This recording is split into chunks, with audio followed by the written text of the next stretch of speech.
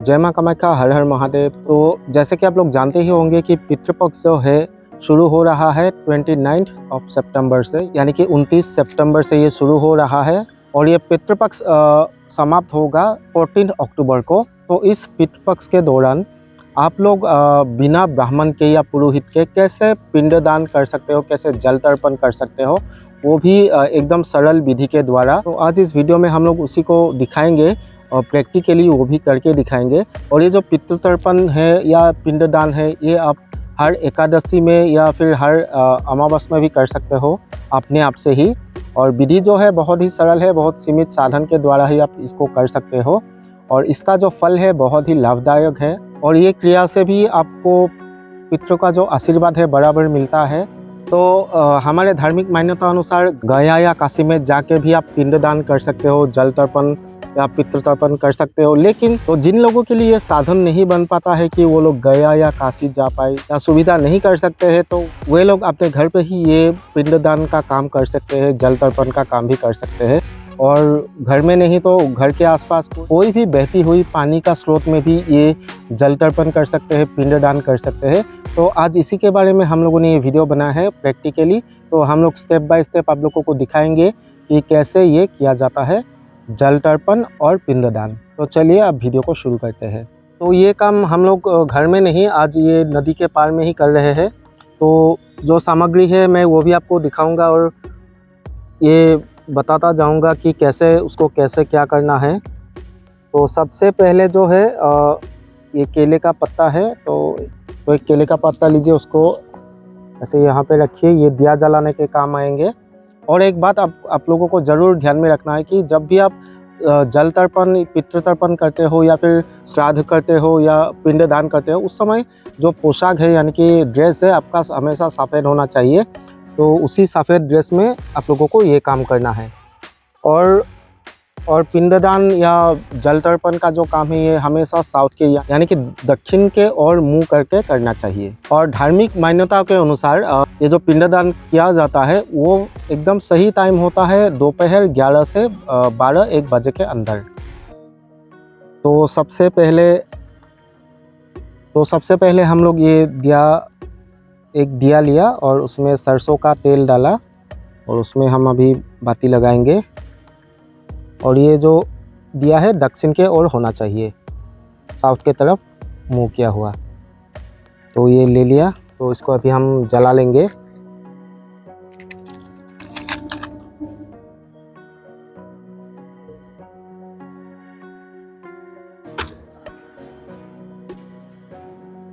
तो सबसे पहले हम लोग ये दिया जला लिया और उसके बाद हम लोग पितृ तर्पण के लिए ये एक लोटा में पानी लिया, 1 लोटा। उसमें थोड़ा सा हम लोग जौ डालेंगे।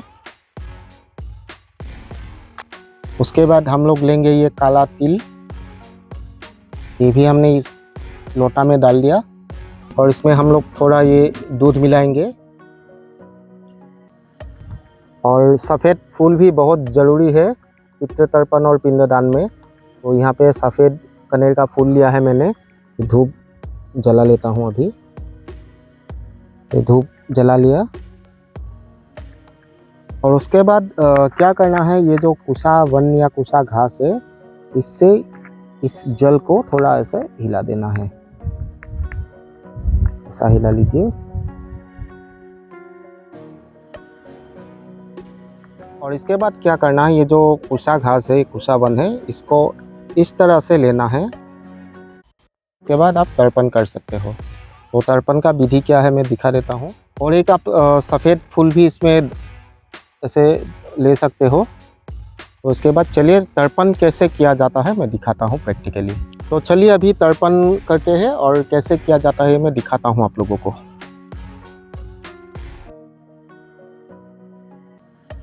तो अभी हम जल तर्पण करेंगे, पितृ तर्पण करेंगे। और सबसे पहले हम लोगों को ब्रह्मा, विष्णु और महेश जी का ध्यान लगाते हुए तर्पण करना है 3 बार।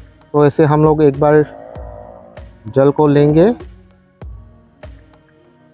और इसे 3 बार एक ही साथ करेंगे।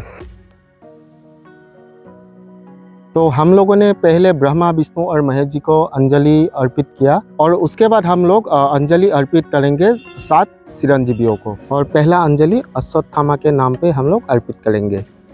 दूसरा जो अंजलि है हनुमान जी के नाम पे अर्पित करेंगे। उसके बाद परशुराम जी को, उसके बाद व्यास जी को, मार्कंडेय मुनि को, उसके बाद विभीषण जी को और आखिर में हम लोग अंजलि अर्पित करेंगे कृपाचार्य जी को। तो ये हो गया हम लोगों का चिरंजीवियों का जो अंजलि है अर्पित कर लिया।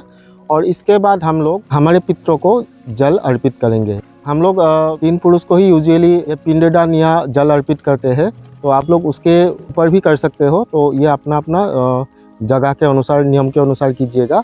तो हम लोग अभी 3 पुरुष का जो है, मतलब मेरा पिताजी और पिताजी का पिताजी यानी मेरा दादाजी और मेरा दादाजी का पिताजी यानी परदादा जी का नाम से ये अर्पित करेंगे। और पितरों को जल अर्पित करने के समय में एक मंत्र होता है, वो मंत्र जो है लिख के स्क्रीन में दे देंगे। और आपको क्या करना है, जल अर्पित करने के समय हमेशा मन में श्रद्धा और भक्ति भाव से आपको जल अर्पित करना है, पिंडदान करना है।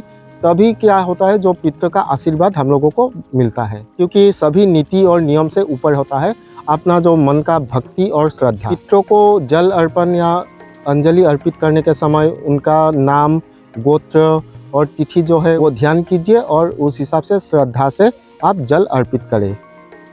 तो मैंने ये पहला अंजलि लिया जल का और ये ऐसे अर्पित करना है। तृप्यान्तम तस्य प्रीत्यभ्यो तर्पयान्तम। तो आप लोग अपने जगह के हिसाब से नियम के अनुसार अगर 3 पूर्वज के ऊपर भी जल अर्पण करना चाहते हो, पितृ तर्पण करना चाहते हो, तो उस हिसाब से जैसे कि दिखाया अभी तो उसी हिसाब से आप लोग कीजिए, उन लोगों का नाम, गोत्र और तिथि ध्यान करके। और पितृ तर्पण के बाद अब जो ये हाथ में आपका कुशा घास है उसको ऐसे ही नदी में बहा दीजिए।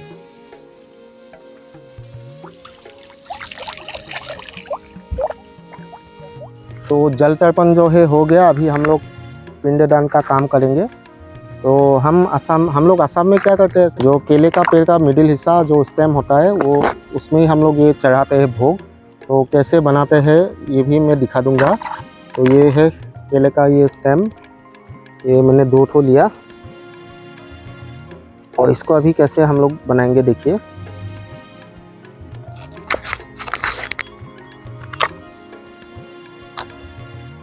सबसे पहले इसके साइज के अनुसार हम लोग ये काट लेंगे।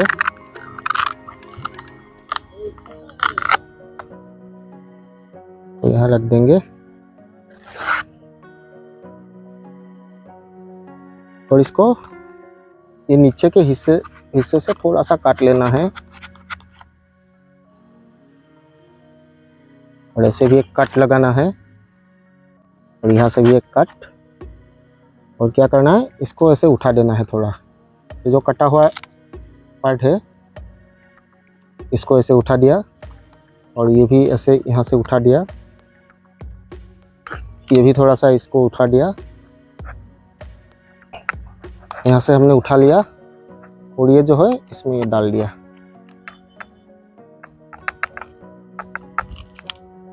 ऐसे। और सेम इस तरह भी कर लेना है।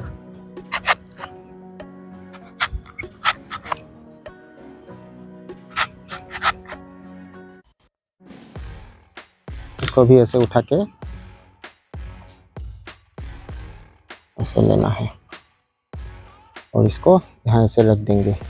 तो अभी हम लोग पिंडदान करेंगे और पिंडदान करने के लिए हम लोग पिंड को बनाने के लिए हम लोग ले रहे हैं जो चावल का पाउडर है, यानी कि चावल का आटा लिया और उसमें हम लोग मिलाएंगे काला तिल लिया और उसमें मिलाएंगे दूध। इसमें मिला लिया दूध। आप डायरेक्ट चावल से भी बना सकते हो, लेकिन हम लोगों ने ये लिया और उसके बाद इसको अच्छे तरह से मिक्स कर लेना है।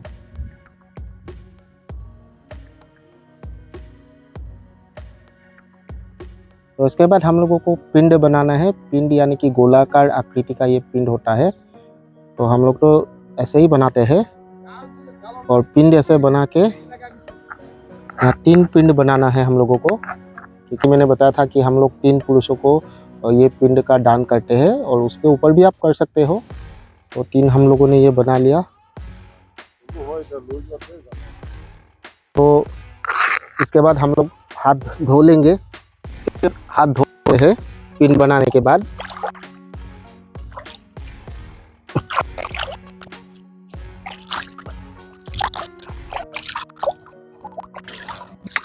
तो पिंडदान के लिए अभी मैंने 3 पिंड बनाया है, ये चावल का आटा से। पिंडदान हम लोगों का जो पितृ होता है उन लोगों का शांति के लिए, या फिर उन लोगों का हम पे हमेशा आशीर्वाद बना रहे, इसके लिए बहुत ही ज़रूरी होता है। और ये जो पिंडदान है इसका बहुत ही महत्व होता है। अपने पितरों को प्रेत योनि से मुक्ति दिलाने के लिए ही मेनली ये पिंडदान किया जाता है, और पितरों का आशीर्वाद हम लोगों के ऊपर हमेशा बने रहे, इसलिए भी ये किया जाता है। तो अभी चलिए दिखाते हैं कैसे पिंड को दान किया जाता है। तो सबसे पहले आपको एक पिंड को उठाना है, ऐसे अपने हाथ में ऐसे रखना है। पितरों के शांति के लिए ओम पित्राय नमः। और पिंडदान के समय आप हमेशा पितरों का स्मरण कीजिए, ध्यान कीजिए और श्रद्धा पूर्वक उनको पिंड अर्पित कीजिए। तो पहला जो पिंड है वो मैंने दान किया, और उसके बाद हम दूसरा ये लेंगे। और ऐसे ही आपको 3 जो पिंड है उसको यहाँ ऐसे दान करना है। जगह अनुसार थोड़ा नियम अलग हो सकता है करने का, यानी कि जो पिंड दान का ये नियम है थोड़ा अलग हो सकता है, लेकिन ऐसे ही करना है। ये 3 हो गया। और उसके बाद हम लोग जो पिंड है जहाँ में हमने पिंड को रखा है उसमें फूल भी अर्पित करेंगे। 3 पुरुषों के लिए 3 फूल।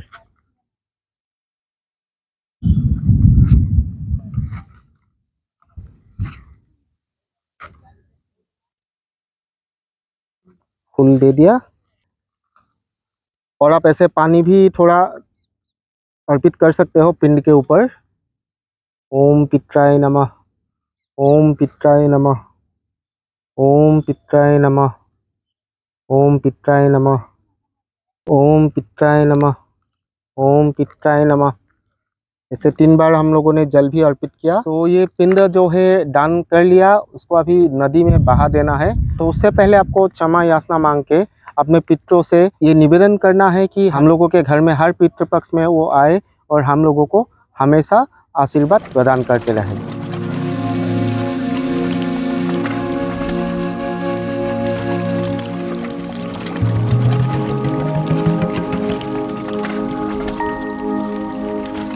तो ऐसे ही आपको पितरों को ध्यान करके आपको प्रार्थना करना है। और उसके बाद आप जो ये पिंड है वो आप किसी पेड़ के नीचे भी रख सकते हो, और अगर नदी है बहती हुई तो उसमें भी आप प्रवाहित कर सकते हो। तो हम सारा सामान इकट्ठा यहाँ कर लेंगे, और अभी हम इसको जल में प्रवाहित कर देंगे।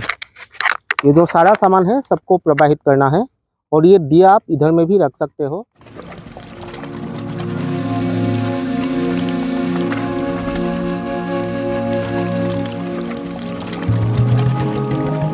तो ऐसे ही अपने पितरों को ध्यान लगाते हुए आपको ये जो भोग है यानी कि पिंड है इसको यहाँ प्रवाहित करना है जल में।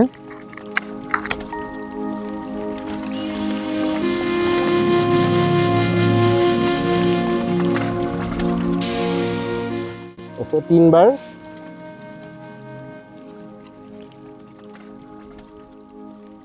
तो हमने जो पिंडदान किया है बहती हुई नदी में किया, लेकिन अगर आपके घर के आसपास कोई बहती हुई नदी या पानी का स्रोत नहीं है तो आप इसे अपने घर के आसपास किसी पेड़ के नीचे भी कर सकते हो। लेकिन पीपल का वृक्ष होने से सबसे उत्तम होता है, ऐसा मान्यता है। मान्यता ये भी है कि ये जो पिंड हम लोग दान करते हैं अपने पितरों के लिए, ये किसी भी जीव जंतु के रूप में या पक्षियों के रूप में आके ये पिंड ग्रहण करते हैं। तो अभी हम लोगों ने ये पिंड जो है वो बहा दिया है नदी में, तो नदी में रहने वाला कोई जीव या मछली इसे खाएगा, और इसी के द्वारा ही हम लोगों का जो पितृ है खुश होंगे।